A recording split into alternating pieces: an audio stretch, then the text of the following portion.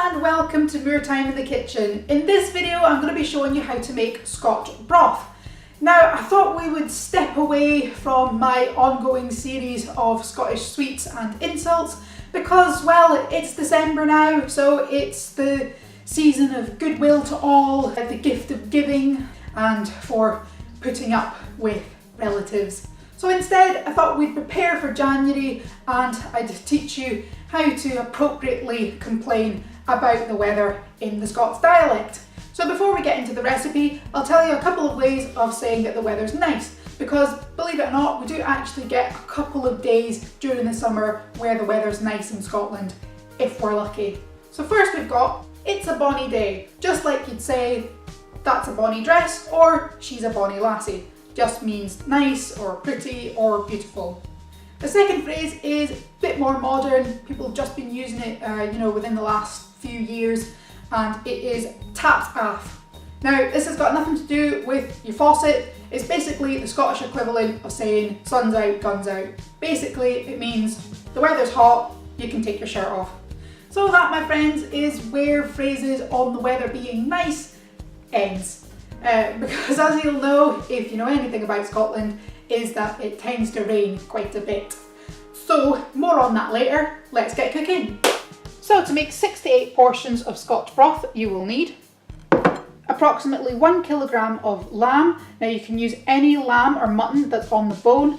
This cut in particular is lamb shoulder.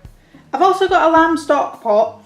Now the lamb, when you cook it in the water, is actually going to create a bit of a broth itself. Obviously it won't be as strong a flavour as an actual stock, so I do like to add either a stock pot or a stock cube, but you can just use water if you don't have any to hand. And for extra flavouring, I'm going to add some fresh thyme, some dried bay leaves, and this parsley here I'm going to use as a garnish, and that's optional. Also going into the soup, we've got 300 grams of pearl barley. We've also got lots of veggies going in. We've got 2 small onions, you could use 1 large. We've got a couple of carrots, a couple of leeks, and we've got 1 small turnip, or as we call it in Scotland, a neep. And last but not least, we've got some kale here. Now kale's grown in popularity quite a bit over the last few years as a health food, but it's been eaten in Scotland for thousands of years, so it's right at home in a Scotch broth. So what I've got here in this rather visually unappealing shot is just the lamb, and I've got just enough water to cover the lamb. Didn't measure it out or anything, just filled it up with cold water until it covered it. And I've just brought that to a simmer. And now we're going to add in the stock pot, and that goes. And I'm adding in my onions, my thyme and my bay leaves. They can just get shoved in there. Now we're going to let that simmer for an hour before we add anything to it. And as it simmers, you'll just want to skim off any scum, any froth that comes to the top. You might also get some fat coming to the top as well if you've got quite a fatty cut of lamb. So you might want to get rid of that as well. And while I let mine simmer away, I'm going to tell you a couple more Scottish weather words. Now, your typical day in Scotland, you could probably describe as dreich. Now, dreich means that it's a bit miserable, probably drizzling, the sky's grey. It's not terrible, but it's a bit miserable, really. So that's your typical day in Scotland. And although it describes bad weather, I do love that word dreich, because it's a really good example of that sound that you get in the Scottish dialect. It sounds like you're trying to hack something up. Sounds like you got something stuck in your chest. And when it gets to this time of year, you can probably describe the weather as Baltic or very cold. And if it's really cold, you'd say pure Baltic. So pure is just a way of saying like very. Basically it means it's like extra such and such, whatever word you put after it. So if you say it's pure Baltic, it's really cold. And if it's cold enough that you're getting really annoyed, like maybe you're waiting for a bus or you're stood outside somewhere waiting for them to let you in, then you might pop a little swear word in front of Baltic, so you might be stood out there and you say, oh, it's effing Baltic out here. Next up is to add in our pearl barley. So what you'll want to do here is follow the pack instructions as opposed to my instructions, unless, like me, you have pearl barley that's going to take about an hour to cook. So that's going to continue cooking for an hour and 10 minutes. So I'm going to put this in now. An extra 10 minutes is fine. It'll just soften it up a little bit more. But pearl barley is quite sort of hardy. It's not going to go mushy anytime soon. But you can get quick cook barley, or you can get pearl barley that's going to take a bit less time to cook. So make sure you look at the packet instructions before adding them in.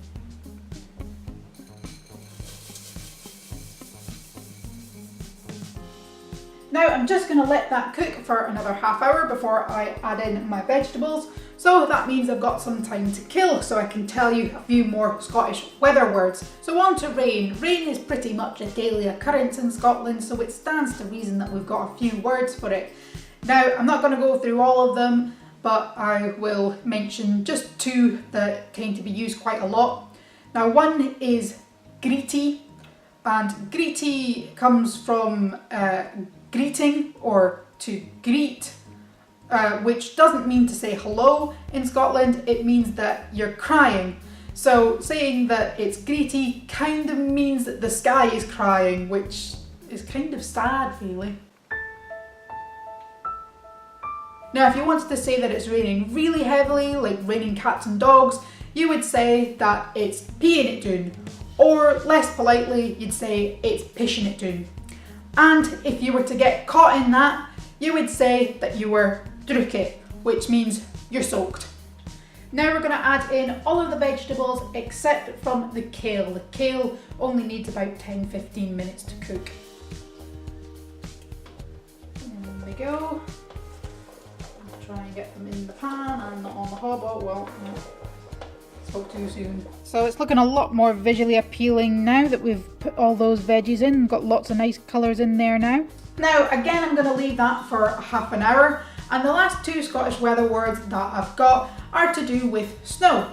So I'll admit that I actually had to do a bit of reading on this one because I couldn't think of that many words to do with snow. But apparently there are over 400 words describing snow in the Scottish dialect. That's what I read anyway. I certainly don't know any of them other than Skelt. Skelt was the only one I recognised. A skelt is a large snowflake, but it basically means when you're getting like quite big clumps of snow drifting down. Another one, which I didn't know, but I will absolutely be adding to my vocabulary because it was my absolute favourite on the list, and that is fleeful. Now fleeful is the sort of twirling and dancing of the snow as it descends. I just think it sounds dead cute. I just think it sounds lovely. It gives you a sort of warm fuzzy feeling even though it's about snow. Fleeful. So now for the last couple of stages, what we want to do now is get that lamb out of there and onto a chopping board so that we can cut it up into bite-sized chunks. So you can get a pair of forks and get a chopping board, stick the forks in, just try and shake off any extra vegetables and things that have stuck to it. And before it starts falling apart, because it is very tender, you're going to place it on the chopping board. Okay, and I'll move that off to one side. Sit there, oh you can see it steaming. So I'll pop that over there so I can cut that up in a bit. And for the last 10 minutes, the kale is going to cook in there with the rest of the vegetables. So I'm not really going to measure these out in any, specific measure. I'm just going to add 3 big handfuls. So that's 1, 2, and 3. And that looks about enough. Now while the kale cooks, you just want to get the lamb off the bone and into mouth-sized chunks.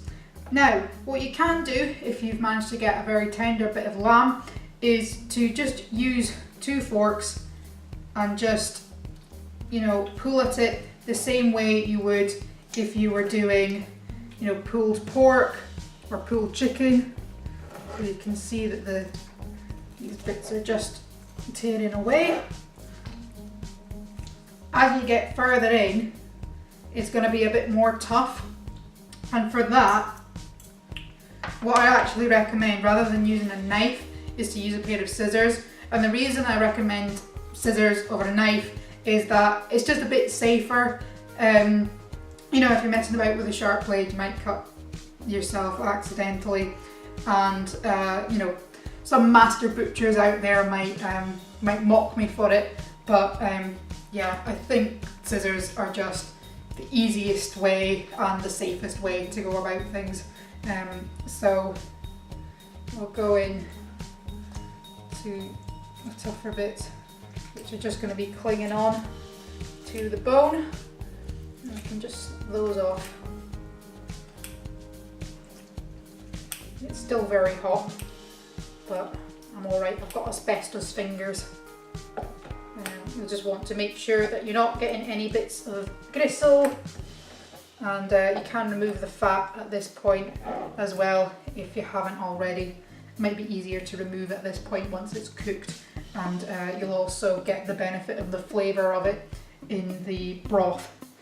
Of course, if you're being healthy, you can get rid of that, but a traditional Scotch broth would keep the fat in, you know, to keep you going through a harsh Scottish winter. Now I've added the lamb back into the soup, and well, I think it would be wrong of me not to use my Nessie ladle to spoon this into a couple of bowls. Go. So you should have a nice thick broth now.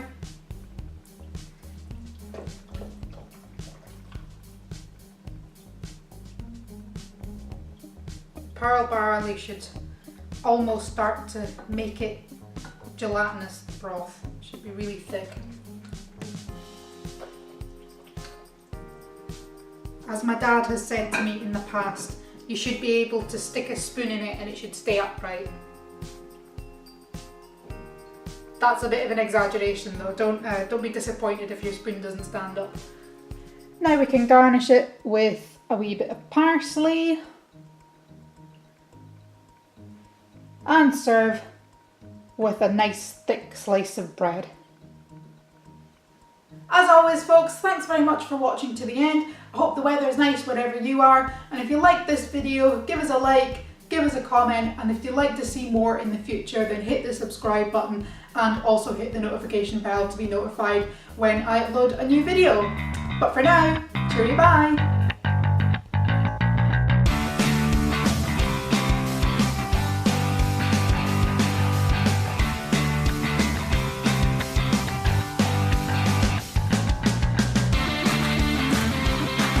And I'm also going to add some part